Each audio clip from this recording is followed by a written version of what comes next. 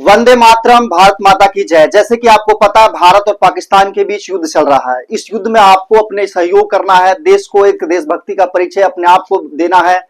साथ ही साथ आपको एक मजबूती के साथ अपने समाज को और अपने आसपास के माहौल को बनाए रखना है। तो इस वीडियो में बात करेंगे आपको क्या चीजें करना और क्या चीजें नहीं करना। जैसे कि आपको पता है भारत के साथ ये भारत और पाकिस्तान का जो युद्ध चल रहा है वो ये पहला युद्ध तो है नहीं।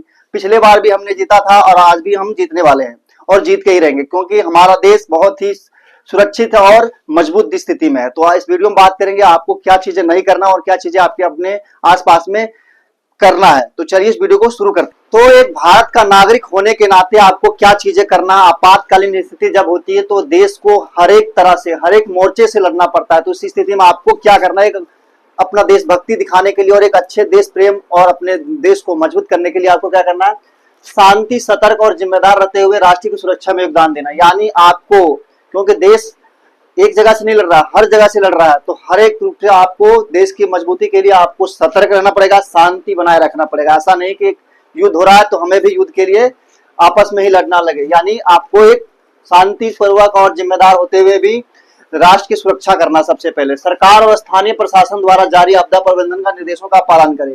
सरकार आपको जिस प्रकार से कह रही है रहने के लिए, करने के लिए, उसी तरह से आपको करना है, क्योंकि तभी हमारा देश मजबूत रह सकता है। जैसे कि कर्फ्यू, यानी कि कहीं जैसे सीमावर्ती पाकिस्तान से लगे एरिया को सरकार कहती है भाई इस एरिया को सील करना है, आपको इधर नहीं जाना है, तो कर्फ्यू का भी आपको पालन करना। ब्लैक आउट सुरक्षित स्थानों पर जाने के लिए अगर सरकार कहती है तो भी आपको उसका पालन करना है। सरकारी टीवी रेडियो से ही जानकारी ले, यानी सरकार कहती है भैया आज के देखो सोशल मीडिया का जमाना है, तो आपको कहीं ना कहीं से अफवाहें, गलत समाचार आपको देखने को मिलता है, जिससे आप पैनिक हो सकते हैं, घबरा सकते हैं। लेकिन आपको घबराना नहीं है।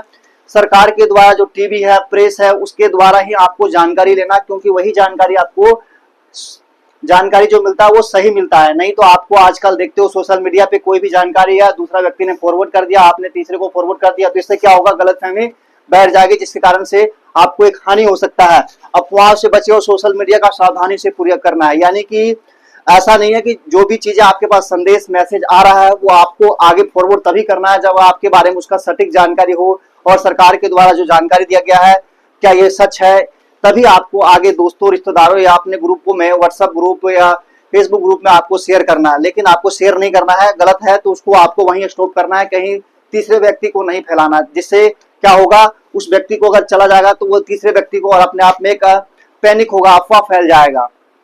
साथ ही साथ आप और भी चीजें कर सकते हैं, जैसे कि स्वयं की सुरक्षा और तैयारी करें। नकदी, आधार कार्ड और दवाई, जैसे कि जो आवश्यक वस्तुएं हैं आपको उसको अपने पास रखना है। थोड़ा बहुत तो रखना पड़ेगा, क्योंकि जब स्थिति मजबूत रहेगी तभी आपके पास संसाधन अगर रहेंगे तो आपको बाहर जाने की जरूरत नहीं पड़ेगी। जैसे कि नकदी, थोड़ा बहुत आपके पास पैसा होना चाहिए। जैसे कि सीमावर्ती इलाका है जहां पर बैंक, एटीएम वो सब बंद हो जाएगा, तो उस स्थिति में आपको थोड़ा बहुत नकदी भी रखना चाहिए।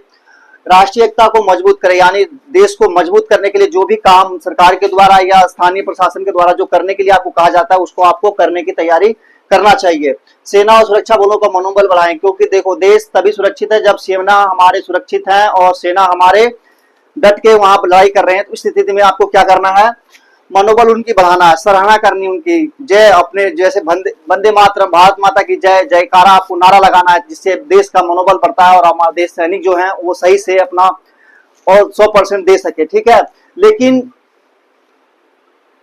संवेदनशील जानकारी सोशल मीडिया पे शेयर ना करें। जैसे कि जो गोपनीयता होता है, सेंसिटिव जो चीजें होती है उसको शेयर ना करें। जैसे सेना कहाँ तैनात हो रहा है, हमारा भंडारण कहाँ है, हमारा सेना का मतलब गोला बारूद हमारा कहाँ रखा है, ये सब चीजें आपको जानकारी नहीं देना है।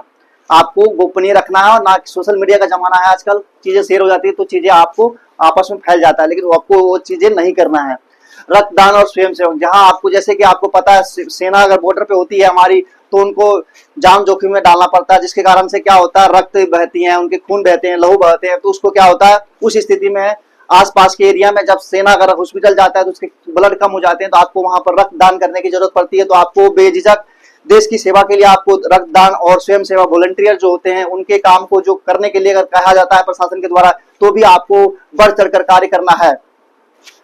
साथ ही साथ आप ये भी कर सकते हैं, जैसे कि धार्मिक सामाजिक सौहार्द बनाए और रखे, किसी भी समुदाय के प्रति द्वेष नहीं फैलाना। जैसे कि पता है हमारा देश विविधताओं से भरा हुआ देश है, यानी सभी सिख, हिंदू, मुस्लिम, सिख, ईसाई आपस में सब भाई भाई हैं। यानी कि आपको किसी भी प्रकार से धर्म धार्मिक रूप से या किसी भी समुदाय के प्रति अपने द्वेष या द्वेष भाव नहीं रखना, आपको आपस में मिलकर रहना है और देश को मजबूत करने में योगदान देना है।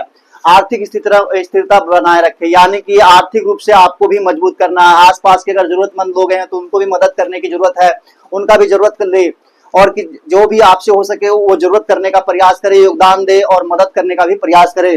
घबराए नहीं, यानी आपको घबराना नहीं है। आपको जैसे कि पता है भारत एक बहुत ही मजबूत देश है, सेनाएं मजबूत है, आपके परमाणु हथियार जैसे कि जो भी चीजें हमारा आर्थिक रूप से, सामाजिक रूप से और सैन्य रूप से भी हमारा देश बहुत ही मजबूत है और अनुभव भी हमारे पास है। जैसे कि आपको पता हमारा देश ऐसा नहीं कि आज ही लड़ रहा है, आतंकवाद से और चीजें से बहुत पहले भी लड़ चुका और हमने सफलता प्राप्त की है। तो वैसे ही हमारे जो भारतीय सेना है उससे हमें गर्व है कि वो और भी अच्छे से अपना कार्य करेंगे और देश की मजबूती में अपना योगदान देंगे।